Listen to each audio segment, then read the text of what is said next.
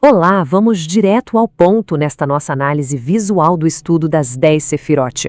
Hoje a gente vai colocar uma lupa especificamente no diagrama do item 3. O nosso foco aqui é mapear o que chamamos de mecânica espiritual, que é basicamente uma cadeia ininterrupta de causas e efeitos. Olha, nada, absolutamente nada nesse sistema espiritual acontece por acaso, viu?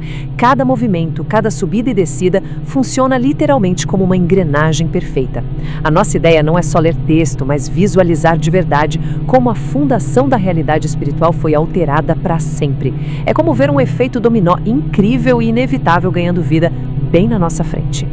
Para a gente não se perder, aqui está o nosso roteiro de hoje, dividido em 5 passos bem diretos.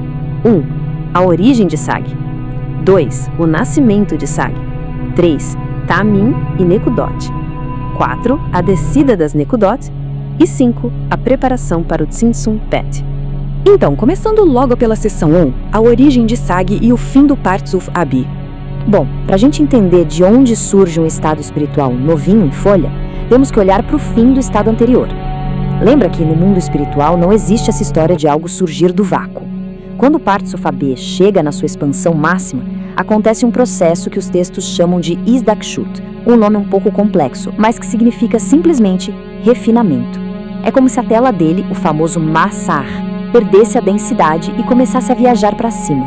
Só que, e aqui está o grande detalhe, essa tela não sobe de mãos vazias, de jeito nenhum. Ela leva com ela as Reshimot, que são os registros espirituais. Imagina essas Reshimot como um arquivo de backup impecável, um verdadeiro DNA espiritual, sabe? Tem ali a memória exata de tudo que aconteceu antes, e é essa informação que vai servir de semente absoluta para o que vem a seguir. A sequência de como isso acontece funciona como um reloginho. Passo 1, A a B conclui a expansão dele. Passo 2, o Marassar passa por essa tal de Hizdatput, perdendo gradualmente a espessura. E passo 3, ele sobe de volta para a estrutura superior, lá no P, que é a boca do Rosh, a cabeça do sistema, carregando as nossas preciosas Reshimotes. A regra de ouro que governa esse espaço é claríssima. A continuidade é inquebrável. O final de um ciclo contém absolutamente toda a informação necessária e exata para engatilhar o início do próximo. E isso nos leva à seção 2, o nascimento de Sagat, por meio de 2 registros e 2 acoplamentos, Oz e Vujim. Agora, o que é muito fascinante de observar nesse momento é como uma única tela subindo consegue carregar 2 pacotes de instruções totalmente diferentes. Quando o Massar chega lá no topo, ele apresenta 2 Reshimot distintas. A primeira é Hitlapshut 3, que é só uma lembrança pura da luz anterior sem nenhuma espessura espiritual. Isso acaba gerando um acoplamento, um zivug, lá no nível de Shokmah, que é considerado um aspecto masculino. Já a segunda é uma Reshimo completa, viu? Ela carrega Hitlapshut 2 e a Aviut 2. Esse registro tem espessura, tem força de atração, por isso ele gera um acoplamento no nível de Binah, que é o discernimento principal e feminino do processo. Mas calma aí, porque tem uma lei da física espiritual que a gente precisa respeitar e que dita a formação da estrutura inteira. Mesmo tendo esses 2 acoplamentos acontecendo ao mesmo tempo na mesma tela, só a Reshimot com aviut suficiente, ou seja, com espessura, é capaz de fato construir a carcaça, o corpo real do novo Partzuf. Trocando em miúdos, a memória sutil de Shokmah até está ali, marcando presença, mas o esqueleto, a essência principal e verdadeira do recém-nascido Partzuf Sag é invariavelmente Binah. Muito bem, chegamos à seção 3, Tamim e Nekudot, e a famosa divisão interna. Quando a gente olha para a anatomia do corpo do Sag, que chamamos de Guf, dá para notar uma divisão muito nítida, descrita de forma precisa nos textos da fonte. Imagina que o vaso lá de cima, o recipiente mais alto, conhecido como Keter, é onde fica ancorada aquela gotinha de Shoshmah, aquele discernimento superior que a gente comentou. Esse topo recebe o nome de Tamim, que significa sabores, representando a luz direta. Mas, logo abaixo de Keter, o jogo muda totalmente. Temos as outras 9 Sefirot e todas elas operam estritamente na essência principal, que é o nível de Binah. E esse grupão inferior de Sefirot é o que recebe o nome de Nekudot, ou seja, pontos. E olha, essa divisão entre Tamim e Nekudot não é só para dar nomes diferentes não. É uma divisão profunda de comportamentos e de leis espaciais. Os Tamim que estão lá no topo são super restritos. Eles não podem, de jeito nenhum, cruzar a fronteira espiritual conhecida como Tabur, que é como se fosse o umbigo do sistema original de Adam Kadmon. Eles ficam lá, contidos. Já as Necudotes, as Necudotes, carregando toda aquela característica de Binah, operam em uma frequência completamente diferente e foram literalmente desenhadas para se expandir e descer. É justamente essa assimetria interna que vai preparar o terreno perfeitamente para uma mudança drástica no cenário estrutural. Vamos ver isso acontecendo na prática, na seção 4, a descida das Necudot e o rompimento desse limite. A gente pode imaginar esse movimento abstrato como a quebra física de uma fronteira que até então todo mundo achava que era indestrutível. Na fase 1, os Tabims batem lá no Tabur de Adan-Kadmon e pisam no freio, parada definitiva, respeitando o limite. A fronteira continua intacta. Mas na fase 2, as Necudotes continuam aquele impulso natural e arrebatador de descer. Elas transbordam e vazam direto por essa linha divisória do umbigo. E na fase 3, esse derramamento faz com que as Necudotes de Sag desçam profundamente e comecem a vestir, a englobar as estruturas inferiores lá de Adan-Kadmon, que são esses territórios espirituais chamados Ma e Bon. E só para não restar nenhuma dúvida sobre essa regra que é absoluta na mecânica espiritual, apenas as Necudot descem abaixo do Tabur. O Keter do Guf fica lá, paradinho, no seu domínio seguro, acima da linha. É essencial a gente entender o porquê dessa descida seletiva. Faz muito sentido. Como o corpo principal desse Partsuf opera em Binah, e Binah é pura doação e misericórdia, as Necudotes têm uma afinidade gigantesca para descer rumo às regiões inferiores. Elas querem doar, expandindo os limites do sistema e desenhando um panorama espiritual que literalmente nunca tinha existido antes. E é essa descida que nos traz a nossa última parte, seção 5, a preparação para o Tzintzum, Bet e a grande colisão. Para a gente captar a verdadeira gravidade histórica desse momento, basta a gente ler esta frase fantástica do texto Folt. Ao descer, Binah entra em contato com o Malchut pela primeira vez na Ordem dos Partsufim. Pessoal, é a primeira vez. Antes desse evento, Binah, que representa o desejo absoluto de doar, e Malchut, que é o desejo puro e cru de receber, operavam cada um no seu quadrado, totalmente separados pelo limite intransponível do Tabur. Quando as Necudot rompem essa barreira, as forças mais extremas do universo colidem e se tocam pela primeira vez na história cósmica. O grande pulo do gato aqui é entender a química que acontece. Acompanha comigo. As Necudot descem ao território de Mayé e Bon. Esse simples ato faz Binah encostar no domínio de Malchut. E não é um esbarrão qualquer, é uma interpenetração profunda. Binah se inclui completamente, 100%, dentro das propriedades de Malchut. É o superior indo viver debaixo das amarras do inferior. E essa mistura profunda é exatamente o que vai plantar as sementes para a maior virada de jogo, uma mudança absurda de paradigma. Então, recapitulando o que esse diagrama do item 3 realmente mapeou, a gente acabou de ver o efeito dominó mais perfeitamente calibrado que existe. Tudo começou lá atrás de um jeito tão simples, com a tela do Partsuv AB perdendo sua espessura e subindo. Esse movimento causou o nascimento meio a meio de Sage. Essa natureza dupla de Sage forçou a divisão entre Taim e Necudot. Essa divisão jogou as Necudot ladeira abaixo até elas colidirem e se misturarem com o Malchut. Viu só? Cada ação ditou perfeitamente e inevitavelmente a próxima, sem margem para erro. É esse encontro lá embaixo que é a causa primeiríssima e que vai obrigar a criação do Tzintzum Bet, a segunda restrição. O sistema mudou. Definitivamente não tem mais como apertar um botão e voltar ao estado original, purinho, onde doação e recepção viviam isoladas. Com a luz de Binah agora totalmente presa nas amarras do desejo de Malchut, os alicerces velhos não dão mais conta de segurar o ecossistema. E isso deixa a gente com uma baita reflexão. Se a estrutura da própria realidade agora está tão misturada e complexa, que tipo de mecanismo revolucionário o universo vai ter que inventar para equilibrar tudo isso daqui para frente? Bom, é exatamente esse grande mistério que a segunda restrição vai resolver. Mas isso é assunto para nossa próxima análise. Continuem se aprofundando nos textos e a gente se vê na próxima. Estudo das 10 Sefirot, Ts. Volume 2, Parte 6.pdf Item 3.3. No princípio, Aka era assim, suas três primeiras são Ab, Keter, Sag, Shoshima e Binah.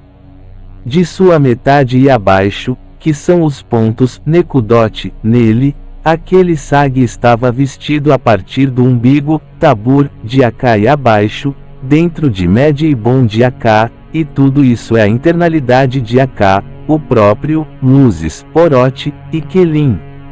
Item 3, Estrutura Geral 1. Origem de SAG em SOF triângulo preenchido apontando para baixo Adam KADMON triângulo preenchido apontando para baixo triângulo preenchido apontando para baixo triângulo preenchido apontando para baixo Galgalta AB 4/3 SAG 3/2 triângulo preenchido apontando para baixo Sdakshut do Mazak AB conclui sua expansão. Seu Mazak passa pela Sdakshut e prepara o nascimento de um novo Partizuf, SAG. Item 1, Origem de SAG. Neste ponto encontramos a sequência dos primeiros Partizufim de Adam Kadmon. Após Galgalta surge Ab, e após Ab surge SAG. Cada novo Partizuf nasce porque o Mazak do anterior passa pelo processo de Sdakshut, ou refinamento. SAG não aparece de forma independente. Ele é consequência direta da conclusão do trabalho realizado por Ab. Todo o restante do estudo depende dessa continuidade entre os Partizufim. Lei: todo Partizuf nasce como consequência do trabalho concluído pelo Partizuf anterior. 2. O Mazak sobe ao P Mazak de AB. Triângulo preenchido apontando para baixo sobe ao P do Rosh. Triângulo preenchido apontando para baixo leva 2 Hashimot. Depois da Sdakshut, o Mazak retorna ao P do Rosh. Ele não sobe vazio, conserva as Hashimot do estado anterior. Lei: o Mazak sempre retorna ao Rosh levando consigo as Hashimot. Item 2, o Mazak sobe ao P quando Ab termina sua expansão, seu Mazak perde gradualmente a Aviut e sobe novamente ao P do Rosh. Esse retorno ao Rosh prepara um novo Zivug de Hakaá. O Mazak não sobe vazio. Ele conserva os registros espirituais do estado anterior, chamados Hashimot. São esses registros que permitirão o nascimento do próximo Partizuf. Lei: após a Sdakshut, o Mazak sempre retorna ao Rosh levando as Hashimot do estado anterior.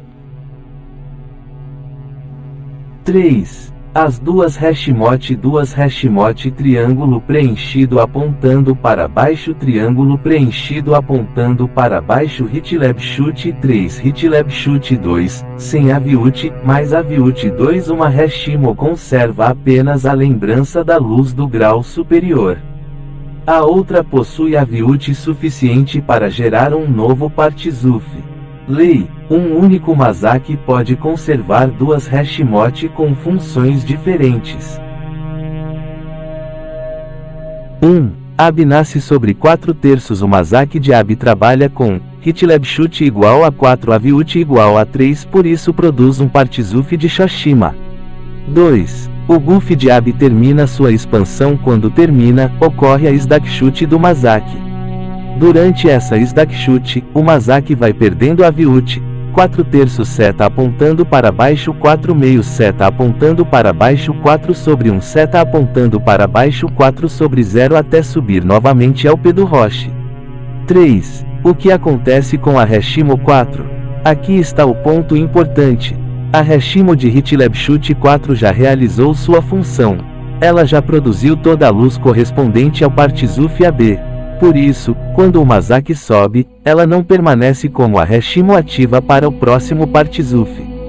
Permanece a próxima Hashimo disponível. Ou seja, Hitlebshut 4 seta apontando para baixo já foi realizada. Seta apontando para baixo não participa do próximo Zivug 4.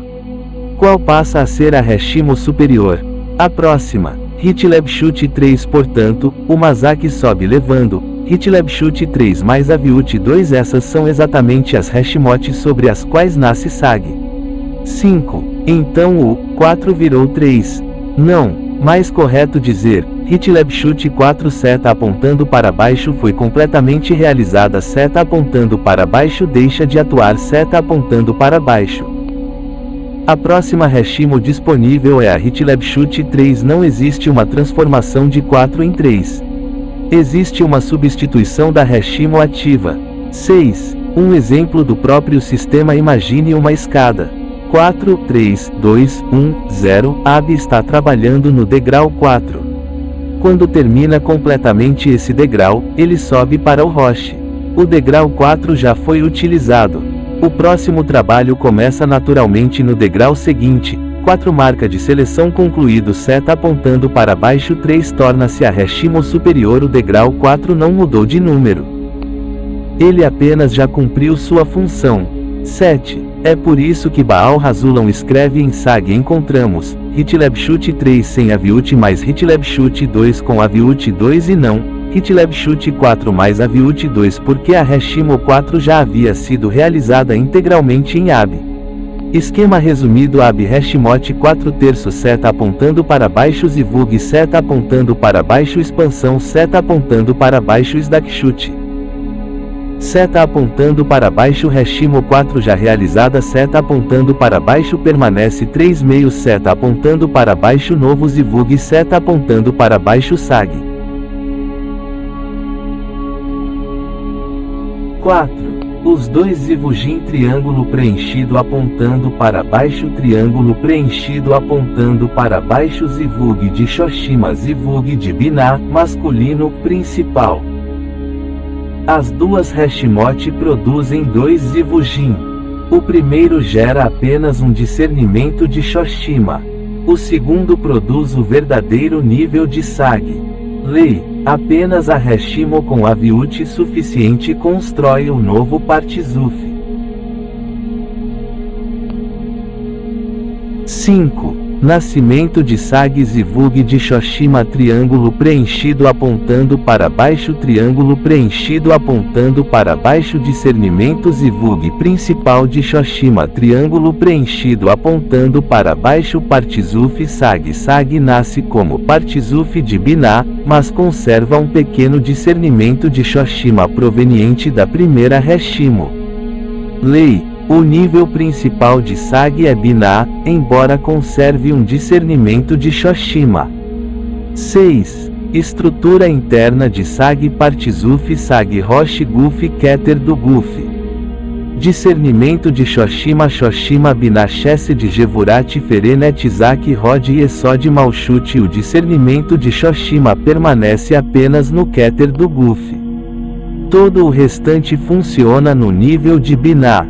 Lei: o discernimento superior permanece no Keter do Guf. 7.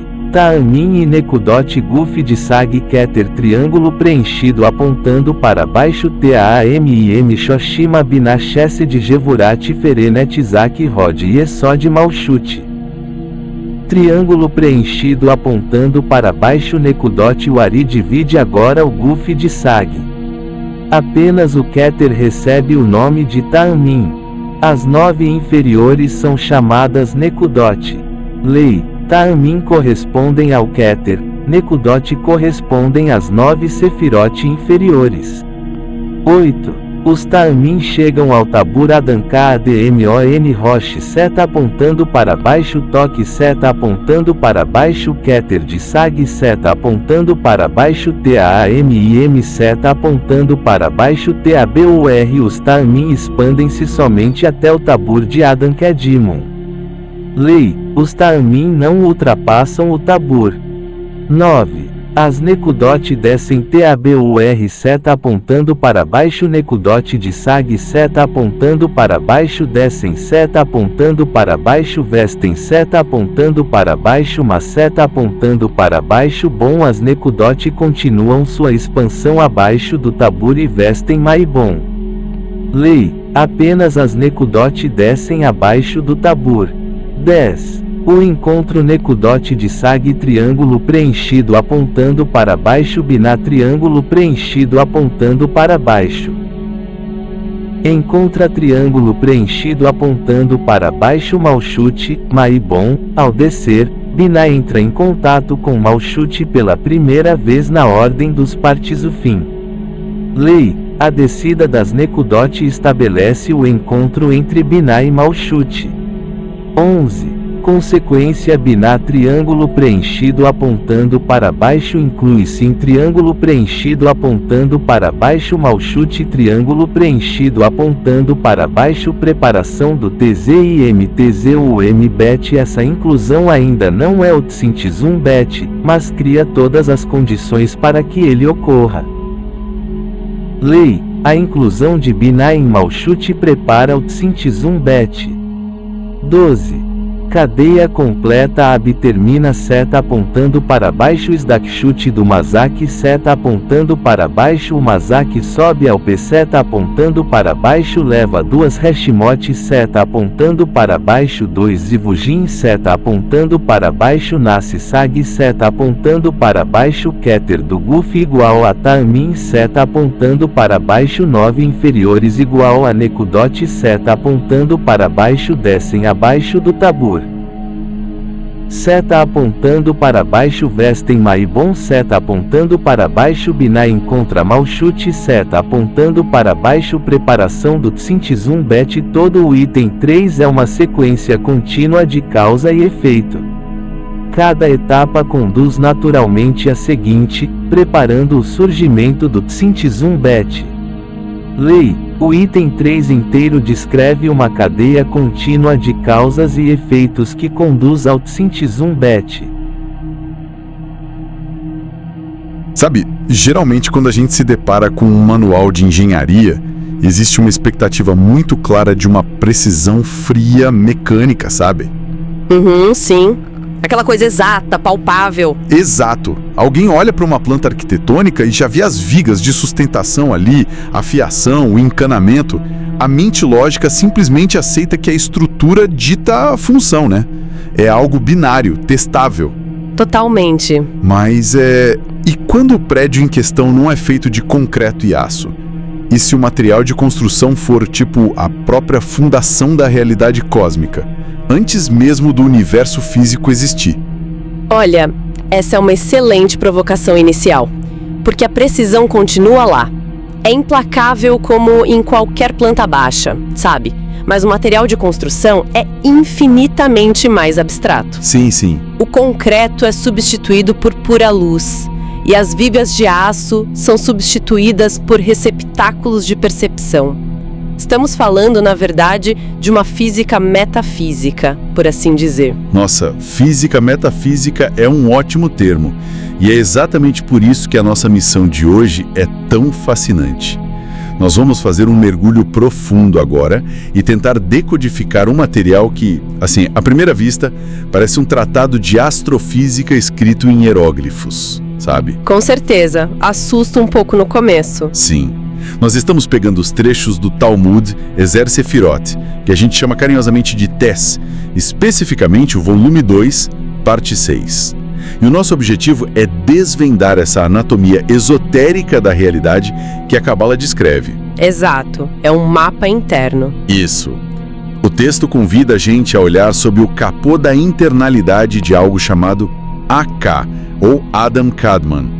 E, para quem nos acompanha e talvez não esteja familiarizado com os termos básicos, Adam Kadmon não é um homem no sentido biológico, tá? Não, de jeito nenhum. É o arquétipo primordial, o primeiro mundo ou estrutura de luz que emerge após a restrição inicial do infinito.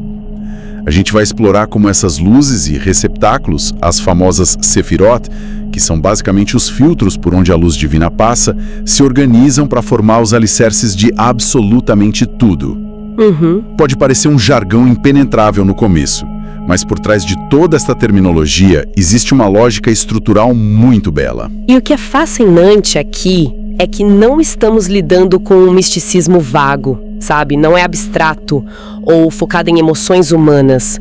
O texto apresenta um sistema que é metodicamente organizado, é causal e, acima de tudo, é fractal. Sim, um padrão que se repete. Exatamente. Ele descreve a internalidade dessa estrutura primordial de AK através de sistemas que se sobrepõem de uma maneira muito, muito específica. A fonte usa o termo Partsufim. Partsufim. Isso. que a gente pode traduzir como faces ou, melhor ainda, estruturas estruturadas.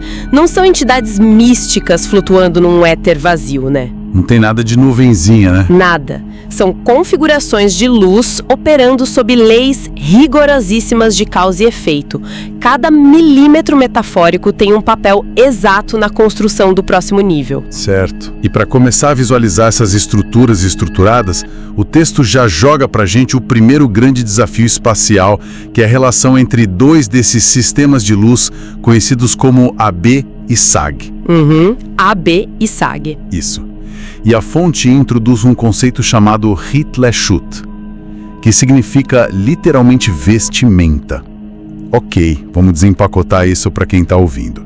A melhor maneira de visualizar esse processo de vestimenta é pensar naquelas famosas bonecas russas, sabe? As matrioshkas. Ah, sim. A imagem perfeita. Né? Existe uma estrutura maior que encapsula, protege e cobre partes de uma estrutura interna.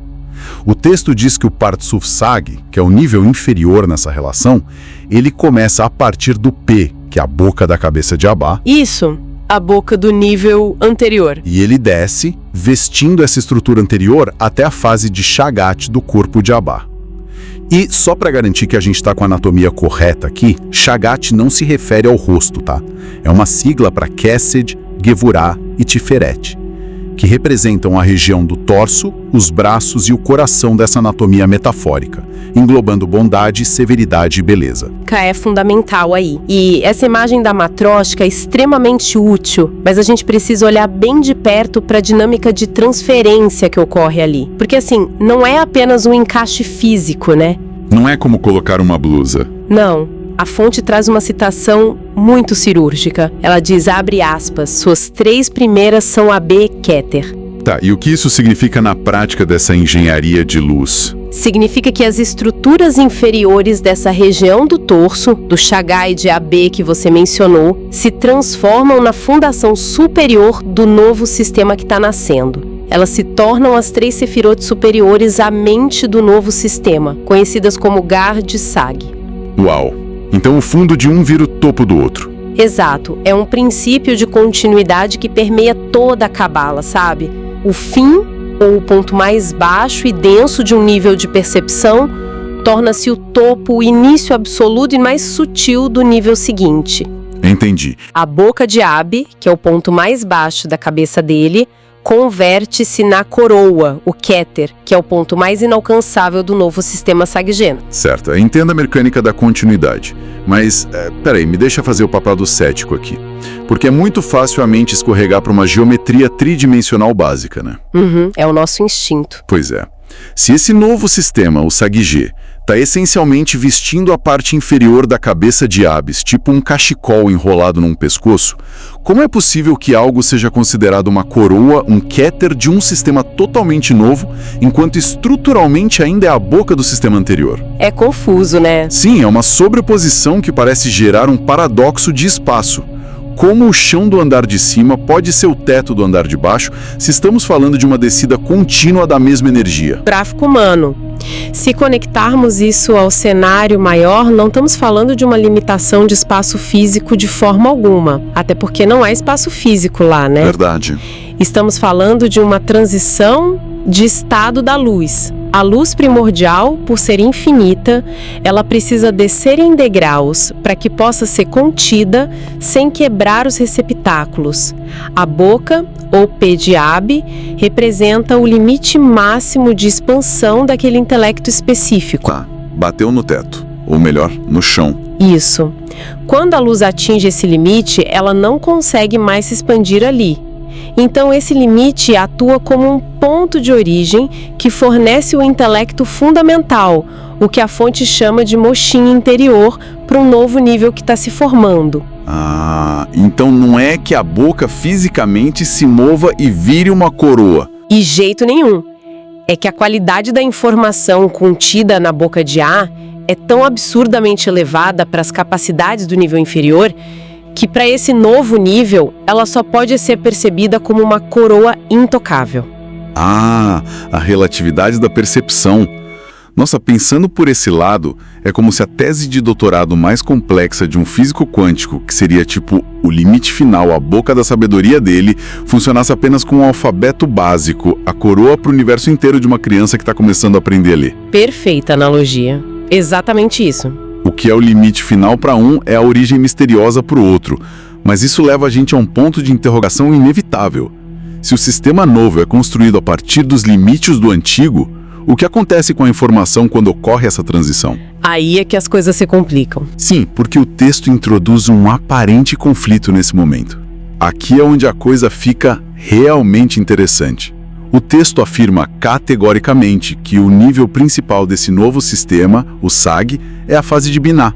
E Binah, na tradição cabalística, representa o entendimento, uma qualidade predominantemente feminina e receptiva. A grande mãe, digamos assim. Exato. No entanto, logo na mesma respiração, o trecho diz explicitamente: SAG tem Chokhmah e Binah, ou seja, ele possui fases masculinas de sabedoria, que é Chokhmah, e femininas, Binah. Mas espera, se a essência de SAG é receptiva, de onde vem esse elemento masculino intruso? Boa pergunta. Para decifrar essa dualidade, a gente precisa olhar para o conceito de massar. A tela de contenção, né? Isso. A tela que atua como filtro da luz. O texto explica que quando essa tela sobe, retornando à sua raiz para realizar um acasalamento espiritual, o Zivug, que dará origem ao Parts of Sag, ela não sobe de mãos vazias. Ah, ela leva uma bagagem. Exato. Ela carrega consigo o que o texto chama de Reshimot.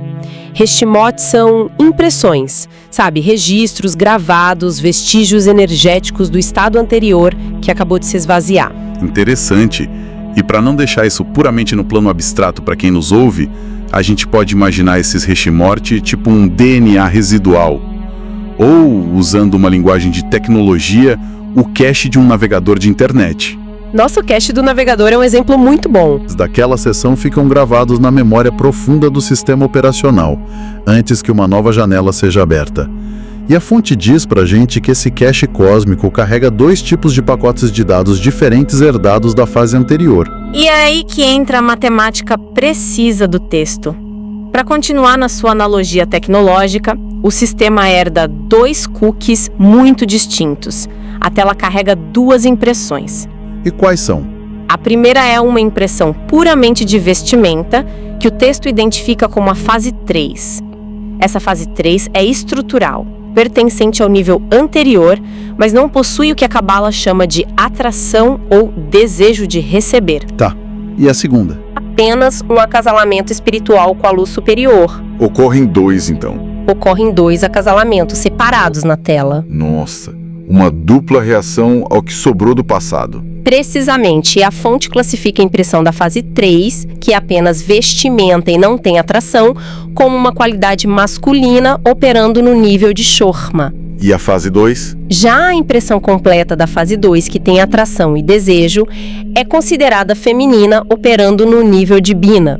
É por causa desse canche duplo operando ao mesmo tempo que emerge uma dinâmica chamada Zon, gerando aspectos masculinos e femininos dentro de um sistema que de forma geral deveria ser apenas de Binah. Colapso. É quase isso mesmo. Brincadeiras à parte, há um detalhe no texto sobre isso que é tão microscópico que, numa primeira leitura, quase parece um erro de revisão do autor. Qual detalhe? A fonte diz que esses níveis recém-gerados de Zon, de Chokhmah e Binah revestem apenas o receptáculo, o Kli, da coroa, do Keter, do corpo de Sag. O Keter do Guf. Isso. E que eles não alcançam de forma alguma as 9 sefirotes inferiores do corpo. Eles ficam absolutamente isolados, lá no topo do corpo. E aí eu te pergunto, por que um texto que lida com a imensidão do infinito se preocupa com um detalhe arquitetônico mas tão minucioso de onde exatamente essa luz estacionou? Porque na literatura do TES, absolutamente nenhum detalhe existe por acaso. Não há acidentes geográficos na luz, sabe? Tudo tem um porquê. Tudo. Esse isolamento meticuloso no topo do corpo não é um defeito de percurso, é uma preparação profética. É quase como um código adormecido no sistema. O texto esclarece que essa informação serve para justificar um evento cósmico muito lá no futuro. Como assim? Lembra que a impressão de vestimenta da fase 3 é masculina e pertence à raiz do nível superior de AB? Lembro o cookie da fase 3. Exato. É exatamente por abrigar e proteger essa impressão masculina residual no seu nível mais alto, na sua coroa, que o sistema de SAG terá o potencial estrutural de mais tarde ascender e se tornar a própria fase de AB. Uau! Então é uma semente. É uma semente genética. Se essa qualidade estivesse diluída ou espalhada pelas 9 sefirotes inferiores, se misturando com outras densidades, o sistema perderia essa capacidade genética de ascensão futura. É um planejamento mecânico de longo prazo que guarda a chave para a evolução da própria estrutura. Isso mostra que a restrição também é uma forma de preservação. Uma semente cuidadosamente isolada que garante que a estrutura cósmica não fique estagnada, mas tem um caminho de volta para o topo. Perfeito. É uma garantia de retorno. E essa ideia de restrição, cara, isso nos guia para a segunda grande exploração do nosso mergulho de hoje. O que acontece quando a luz tenta descer ainda mais fundo nessa anatomia? Aí a gente chega num ponto crítico. Sim. Então, o que tudo isso significa na prática? O texto leva a gente a examinar a fronteira do umbigo, o Tabur de Adam Kadmon. Daqui para baixo, somos introduzidos a dois conceitos que carregam um peso filosófico e mecânico simplesmente gigantesco. Os sabores, chamados de ta'amin, e os pontos, chamados de nekudot. E a fronteira do Tabur, o umbigo, é talvez um dos limites de transição mais críticos no estudo de toda a Cabala, né? É um divisor de águas. Totalmente. A fonte estabelece a diferença entre sabores e pontos puramente com base na resistência da tela. Quando ocorre a expansão inicial da luz para dentro do Parsuf, sabe aquele estado pleno onde a luz se espalha livremente antes que a tela comece a se retrair ou se refinar? Sei, a luz descendo sem freio. Isso. Aí nós temos os ta'amin, os sabores. O texto define eles puramente como luz direta e misericórdia. Não tem resistência nenhuma ali. Misericórdia total. Mas, no instante em que a tela não consegue mais segurar aquela imensidade de luz e começa a se refinar, a se retrair de volta para o topo, a luz superior faz sucessivos acasalamentos durante essa subida. E o que nasce dessa subida? Desse processo de retração emergem 4 novos níveis: Chokumah, Binah, Zah e Malchut. Esses níveis que nascem da perda, sabe? Nascem da retração. Eles são os nekudotes, os pontos. E a definição deles muda, né? Muda drasticamente. O texto faz questão de definir os pontos de uma forma muito dura. Não é mais luz direta, mas sim luz refletida e julgamento. O Din. Confesso que eu vejo uma poesia oculta muito grande nisso tudo. Se a gente tentasse trazer essa mecânica de luz para o comportamento humano, os ta'amin, os sabores e a luz direta seriam tipo aquele primeiríssimo flash de inspiração criativa. O momento eureka. Isso. Alguém tem uma ideia brilhante para um livro ou um projeto e, naquele instante microscópico, a ideia na mente é perfeita, infinita, cheia de misericórdia. Ela se expande na cabeça sem exigir nenhum esforço. É pura luz direta. Mas então, a pessoa senta para colocar a ideia no papel, né? O processo de escrever, de editar, de cortar, de forçar aquela luz infinita nas limitações rígidas da gramática e do tempo. Cara, esse é o refinamento.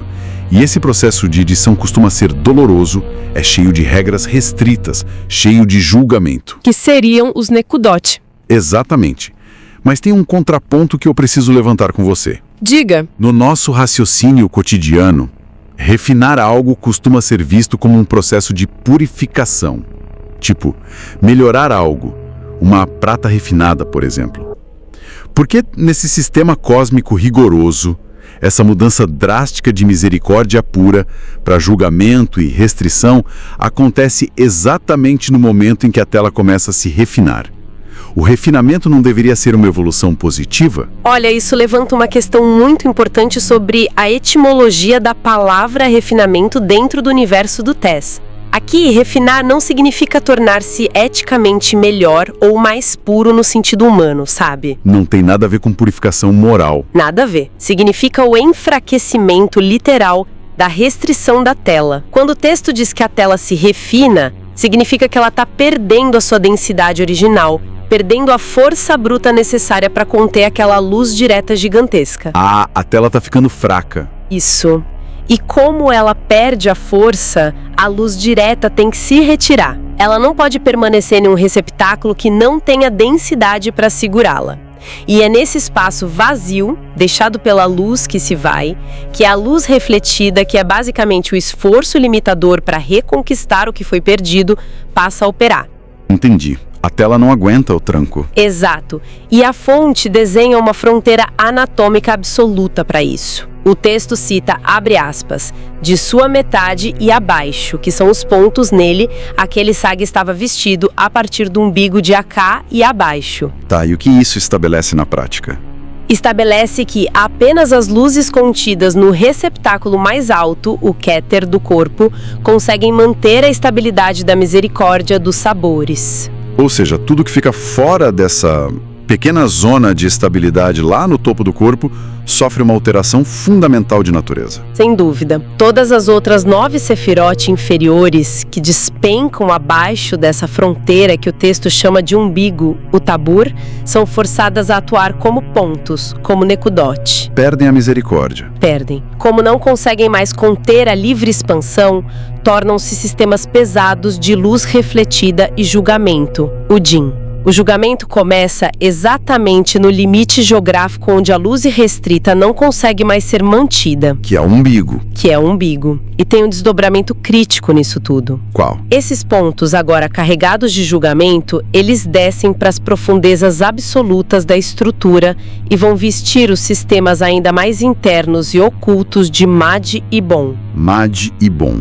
E para situar quem acompanha a gente, Mad e Bom são, em termos simplificados, as fundações incrivelmente densas e obscuras de onde, num estágio muito posterior, vai surgir o nosso mundo físico, certo? Certo. E o ponto genial aqui é que eles precisam dessa luz restrita, desse julgamento fragmentado. É isso que permite que eles comecem a existir sem serem obliterados por uma luz maior. É uma cascata necessária de restrição. Nossa, é impressionante. É uma engenharia onde a própria incapacidade do sistema de conter a totalidade da luz é o que força o surgimento de uma realidade baseada em regras estritas, né? Em limites finitos. Sem esse julgamento, sem essa fragmentação em pontos, não haveria espaço para uma fundação futura sólida. Não haveria mundo. Haveria apenas uma luz ofuscante que consome tudo. Cara, fazendo uma retrospectiva do trajeto que a gente fez através desse fragmento denso do TES hoje, a jornada é espantosa. É muita informação interligada. Sim. A gente começou lá no alto, na mente, no Rosh de Ab. Vimos a força chegar ao seu limite na boca, o P. E como esse aparente fim serviu como a semente mais sutil, o Keter, para o nascimento de todo um novo universo estrutural em Sag. A continuidade perfeita. Exato. Depois a gente investigou a complexidade da tela carregando aqueles cookies, né?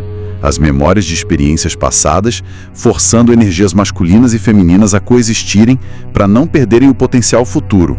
E, por fim, a gente cruzou a fronteira do umbigo de Adão Kadmon, assistindo ao exato momento em que a luz irrestrita se retrai, transformando a pura criatividade da misericórdia no peso mecânico e fundamental do julgamento, moldando as profundezas. É tudo engrenado em uma sincronia de causa e efeito quase assustadora. E mesmo diante de todas essas engrenagens esmagadoras que a gente procurou traduzir aqui, é imperativo trazer à tona o último aviso que a fonte deixa pra gente. Opa, qual é o aviso? O texto é muito claro ao afirmar que tudo o que ele descreve é apenas a fase do Partsuf Sag em sua própria estrutura. E os ramos que emergem para fora dele não estão incluídos. Pera, só a própria estrutura? Sim, ou seja, todo esse balé matemático de luzes, de memórias duplas, de telas e fronteiras de julgamento que a gente detalhou, tudo isso se refere unicamente à internalidade ainda inexplorada da primeira estrutura primordial de AK. É apenas um motor interno, silencioso e isolado, operando antes de sequer começarmos a mapear os infinitos ramos que emergem para fora, colidem e dão origem às realidades e aos mundos subsequentes. Caramba! O que deixa a gente com um pensamento final para digerir, algo que ecoa muito além do texto, sabe? Se este sistema primordial incrivelmente fracionado, que está ali cheio de barreiras, memórias residuais que exigem soluções duplas e fronteiras afiadas, onde a misericórdia é obrigada a se converter em julgamento, se isso é apenas a mecânica interna e mais pura das estruturas descritas na Cabala... Fica a pergunta, né? Pois é. O que isso nos revela sobre a vastidão, a densidade e as infinitas camadas de luz refletida e julgamentos superpostos que sustentam a complexidade caótica da nossa própria realidade física diária? É de explodir a cabeça. Se o projeto arquitetônico original já exigia tanta restrição para que a luz pudesse existir de forma funcional, talvez o peso e os limites do nosso próprio mundo comecem a fazer um pouco mais de sentido estrutural. Fica aí essa fagulha para quem nos ouve pensar e explorar. Agradecemos muito a todos que acompanharam a gente por essa densa engenharia da luz e até a próxima análise.